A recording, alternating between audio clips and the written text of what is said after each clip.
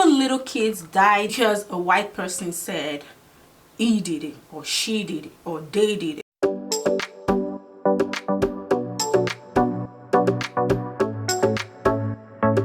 Hey yo, welcome back to Mo Speaks. You guys already know we have fun on this channel. Well, at least I have fun.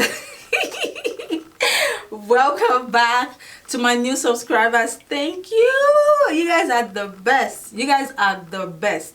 My old subscribers too, you guys are the best. My upcoming, my incoming subscribers, my future subscribers, you guys are lit, okay?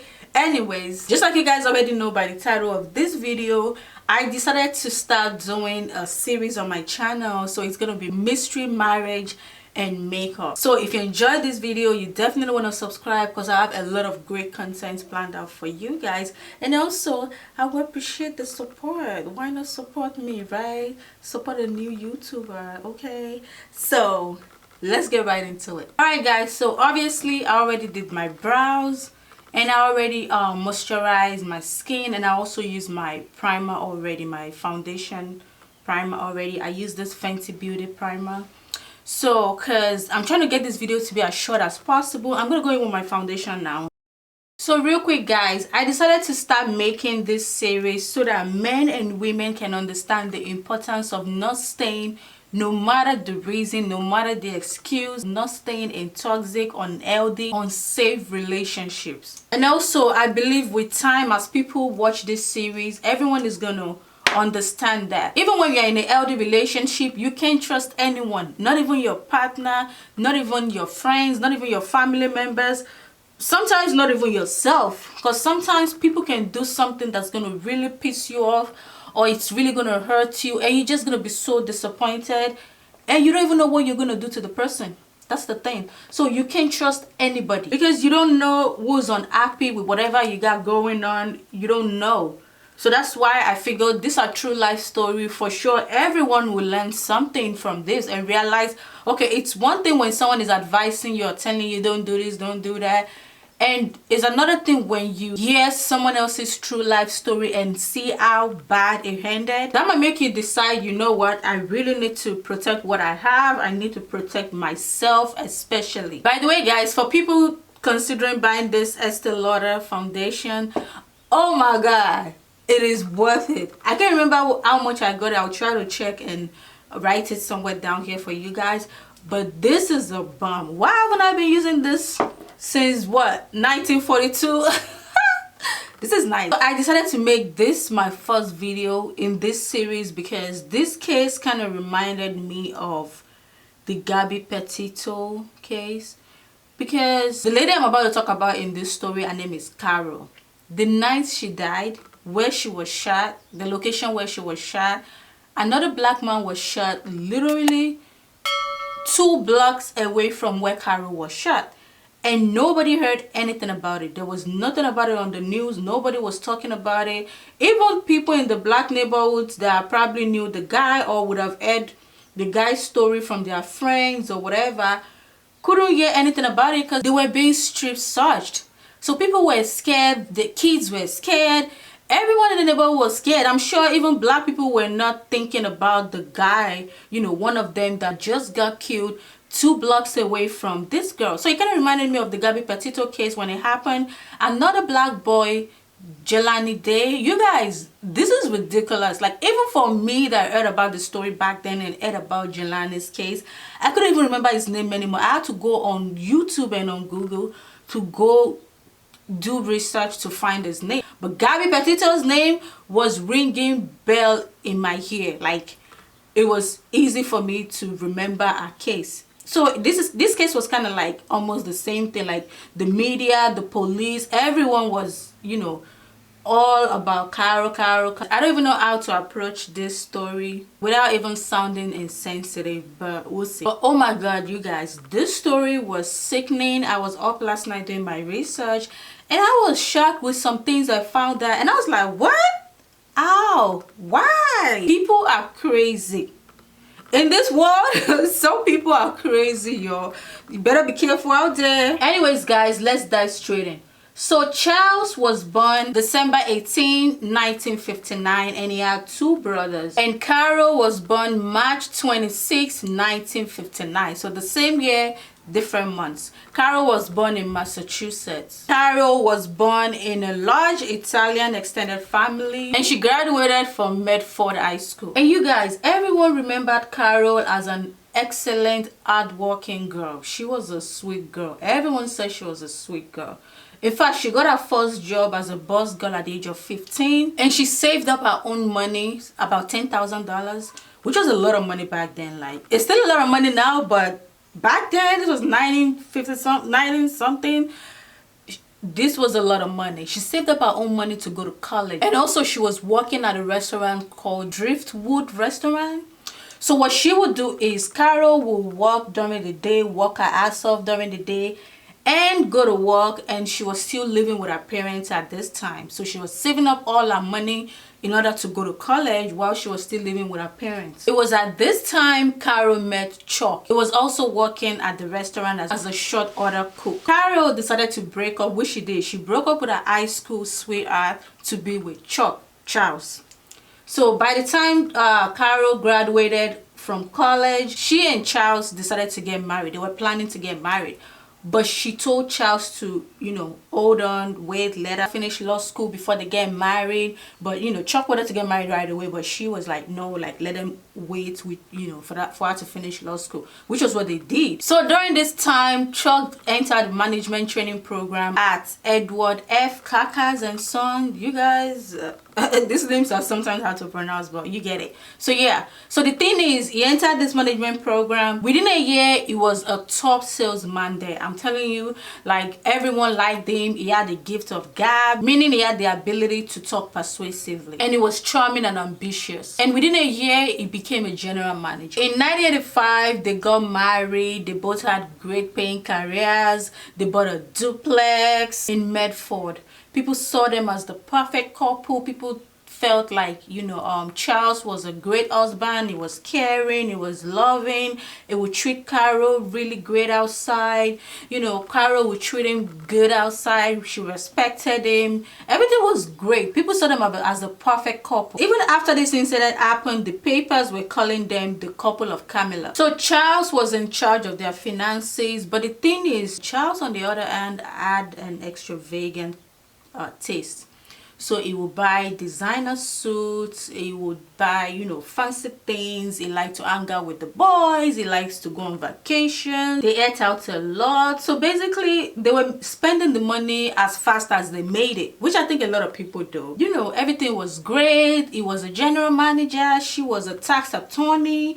The money was coming in. They were living lit, they were living large, they were happy. Life was great. A couple months later, Carol got pregnant.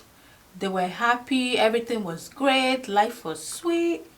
So one day on October 23rd, and this was in 1989, you guys, Carol and Chuck attended a birthing class. By the way, guys, she was 7 months pregnant at this time. So on their way back from the birthing class, somebody shot Chuck and Carol in the car. So Chuck was able to, gather his strength, called the police for help. And this was like around 10 p.m. So they asked him, where are you guys? He explained to them they got lost and they drove past this black neighborhood in Boston. He told the police is not sure of their location and is not sure what the guy looked like, but he knows the guy was black. So he told the police the guy jumped in their car. He was trying to rob them. I think he said the guy was a drug dealer or something. So he said the guy was trying to rob them. He jumped in their car and shot him and Carol.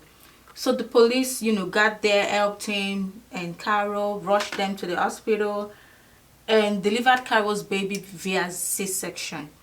So, this was a premature baby. After Carol's baby was delivered, Carol died on October 24th, 1989. Unfortunately, the baby too didn't make it. The baby died a couple days later. Meanwhile, Chuck, on the other hand, underwent intestinal surgery for about 10 hours. I think he was supposed to be using a colostomy bag. So basically, if Charles had survived this, he would have been using a colostomy bag for the rest of his life. So after Carol died and the baby died, Charles still at the hospital.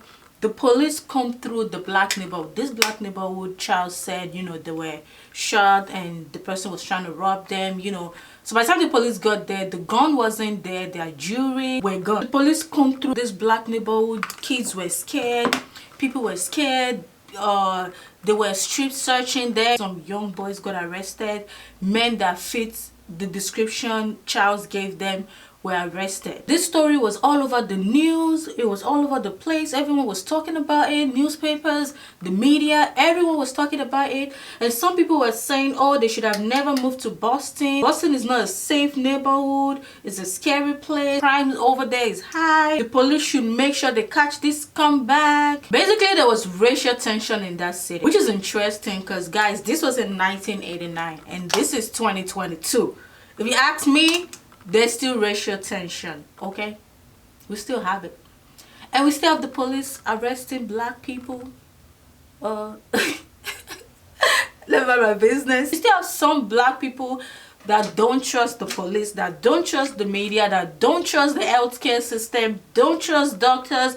I don't care if you're a black doctor or whatever kind of looking doctor you are. Some people don't trust you, because the only thing some of you guys know is what was in the book, what was in the textbook white people gave you to read. I finished up with my eyeshadow real quick, guys, because I'm trying not to get this video to be too long. In December, a black man named Willie Bennett was arrested for the crime because his nephew was bragging around that his uncle Willie killed, committed the crime. So the police went ahead and arrested Willie. And also, Charles later identified Willie as the prime suspect.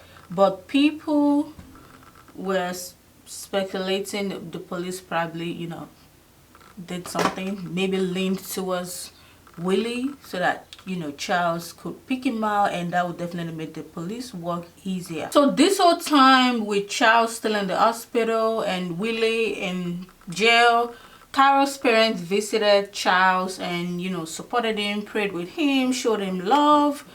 And also there was another lady, I forgot her name, visited Charles in the hospital with her friend. But the lady claimed she and Charles didn't have any romantic or any relationship, any kind of romantic relationship going on. So she said she visited him just as a friend. We don't know the true story behind that. But it was recorded that she called Charles a couple times, I think about 3 times while he was in the hospital. So yeah, you guys, when I say this story is crazy, it is crazy. So a couple weeks later,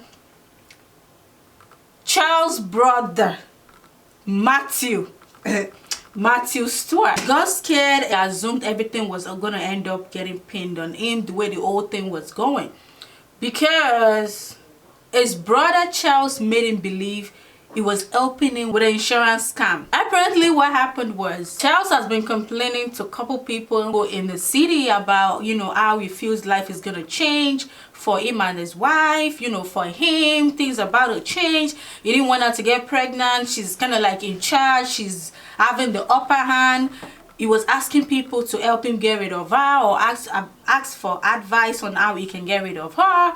But, people were like, what? Are you crazy?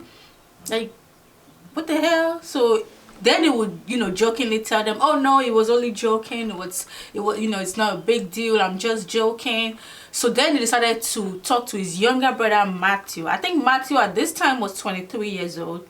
So he made Matthew believe he's helping him with an insurance scam. So what Charles did was, after the birthing class, Charles told his wife, Carol, that he made up a story and he needed to drive past a neighborhood. So he went to that neighborhood, then started pretending like, oh, he's lost. And Carol at this point was scared because this is a black neighborhood. You already know, back in those days, and probably still till now, some people still get scared when they're in a black neighborhood because of the stereotype, it's unsafe and it's dirty and stuff like that. So Carol kept asking him, what's going on? Like, are you sure? But he kept telling her, yeah, is lost, he's gonna find his way. Boom, he parked and pretended like he was gonna look for something and shot his pregnant wife, a 7 months pregnant wife. What? Some people are psychopaths, y'all. Then shot himself in the stomach. I don't think he planned shooting himself that bad.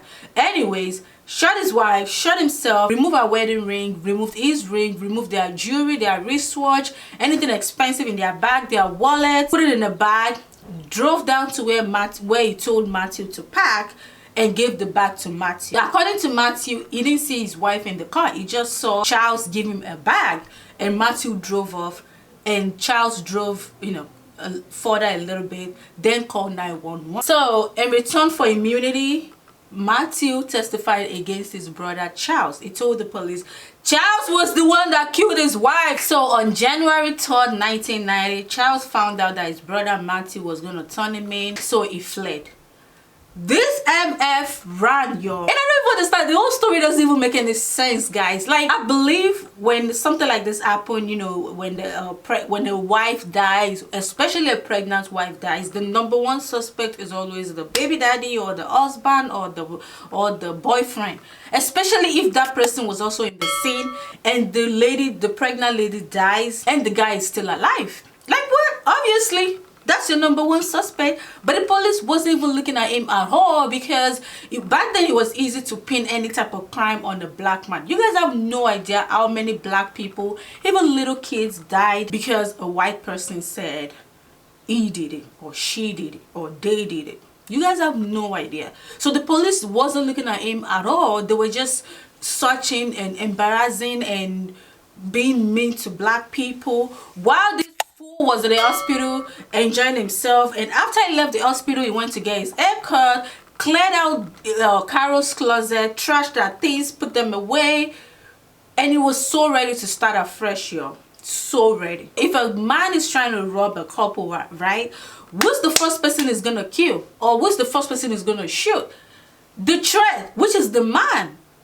And this is not just a woman, this was a pregnant woman. So Charles went to a motel to pass the night. Around 4 a.m. he drove to the Tobin Bridge over the Mystic River and jumped to his death. Turns out Charles actually didn't want kids.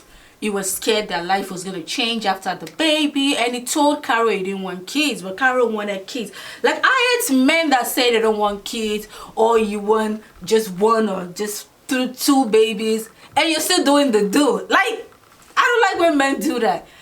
And especially when you're doing the do and you're not using condoms. Like, what do you expect her to do? Like, what? I don't understand. Stop our ovaries from working, or I don't know. Like, what do you expect? You don't want a baby? Use a condom. Or to have sex. It doesn't even make any sense.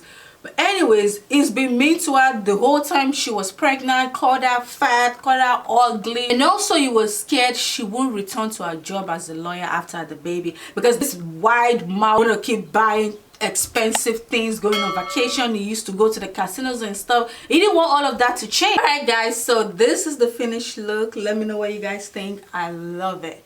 So obviously it's spring, so I'm gonna be serving you guys colorful eyeshadow, colorful lipsticks occasionally. Okay, I said occasionally because originally I like nude makeups. I think it looks better on me. So yeah, occasionally I'm going to be doing nudes, but I'm going to be doing colorful eyeshadows too, because it's spring and summer is coming. Okay, so let me know what you guys think in the comment section. You guys, this braids this braids is making me feel myself. Okay, I love me some braids. I love braids. I always love braids, especially if the person do it this good. I'll be on fleek, yo. I don't even need makeup. Okay. So yeah, anyways, thank you guys for staying to the end. You guys are the best. Thank you for supporting me. My new subscribers, you guys are lit. My old subscribers too, you guys are lit. My upcoming subscribers, you guys are the bomb. Okay, so yeah, thank you, and look out for my next video. Okay, trust me guys, we are upgrading. We started from the bottom, we're going up. We're going up. We're going up. Anyways, see you guys in my next video. Bye.